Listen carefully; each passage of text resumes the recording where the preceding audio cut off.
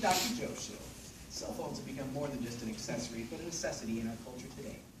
According to an article written by Tom Pick in April of 2014, 91% of U.S. adults now own a mobile phone.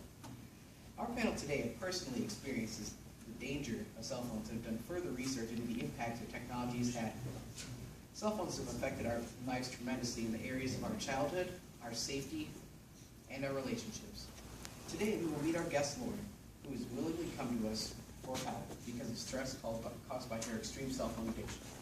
Thank you for having me. Now I will introduce our panel. I've called in two experts, Dr. Villegas, who has a PhD in verbal and nonverbal communication, and Dr. Zesh, who works at the Cell Phone Addiction Center. Thank you, panel. Now, Lauren, describe to us in great detail the problems you've had associated with your cell phone addiction and when exactly it might have started. Well, my personal experience from using cell phones has had a huge impact on my life, all starting with my childhood. The first cell phone I received was on my 5th birthday. It was supposed to be for emergencies only, but then I became addicted because of the games, the apps, texting, calling, everything. According to the HuffingtonPost.com, on December 1st, 2013, Anita Gurian says children who get a phone at such a young age can easily become addicted. By children using phones nonstop, it can actually cause them to be antisocial when they're older. They could have a delayed development in their brain, sleep deprivation, and finally aggression. I've experienced these symptoms when I was younger, but I never got the help I needed. My parents never thought anything of it. For example, when I was 7, I would freak out if my parents took my phone away. Even when I got my license, when I was 16, and I left my phone at home, I would have panic attacks. This has caused a lot of stress on my life, and I don't know what to do anymore. Thank you, Lauren, for sharing your experiences with us. Dr. Villegas, what information do you have to share with us about how our cell phones affect our relationships? Okay, so Lauren, according to how smartphones could be ruining your access on December 1st, relationships by Barry DeBumford states smartphones in any way our relationships, making it impossible to wholeheartedly devote our attention to present the moment. So as a result, we lose many moments of wonder that are unique and never to be lived again.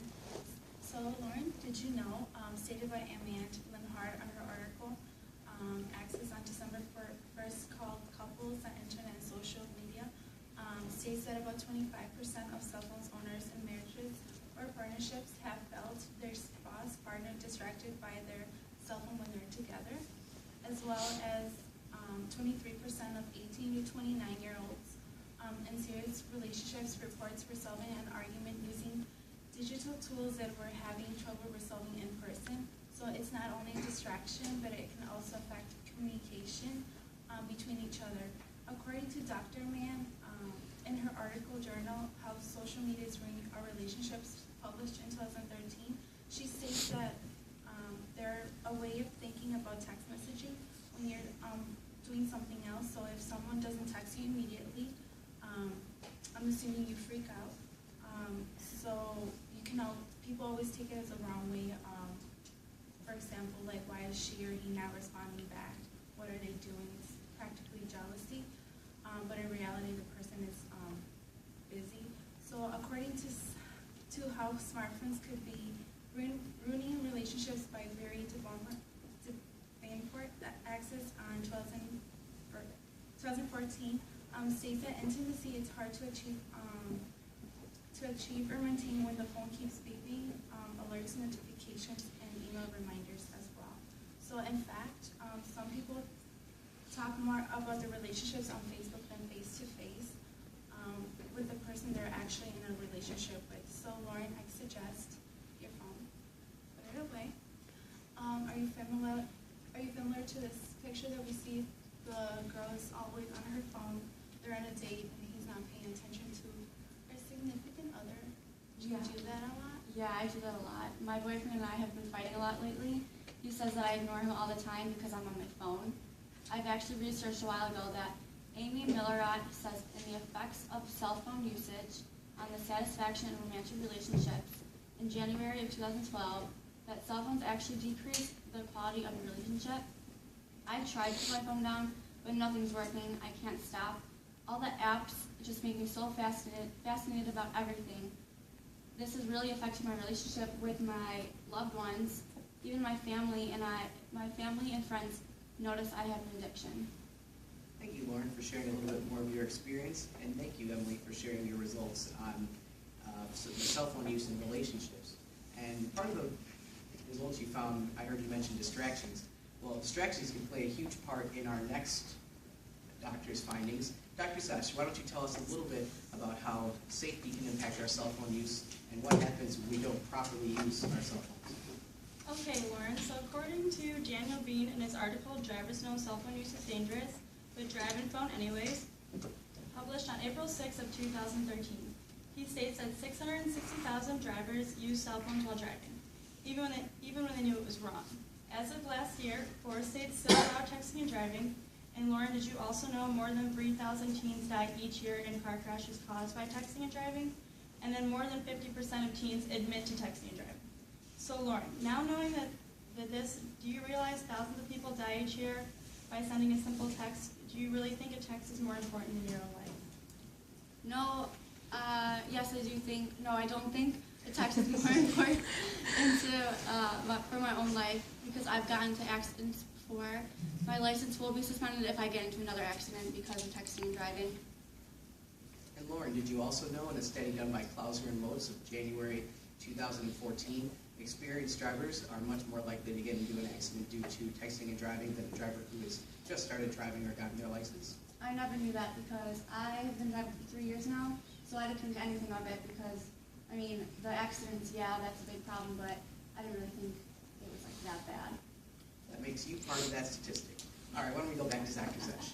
But Lauren, also according to George Yanis with his article Impact of Texting in Young Drivers published in 2014, he says that cell phones have increased accidents over the years. Lauren, did you know George also said in his article that people who use touchscreen phones while driving have an even higher risk of getting in an accident? I see you have an iPhone, so according to these statistics, you have a higher risk than many others. I felt like that was the complete opposite. I would think a flip phone would be harder to text on and that would cause more accidents, but knowing that an iPhone or any touchscreen phone can actually have a higher risk, that's really scary to me, so that has really opened my eyes, so I really do need to stop texting and driving because I'm putting my own life in my hands, so.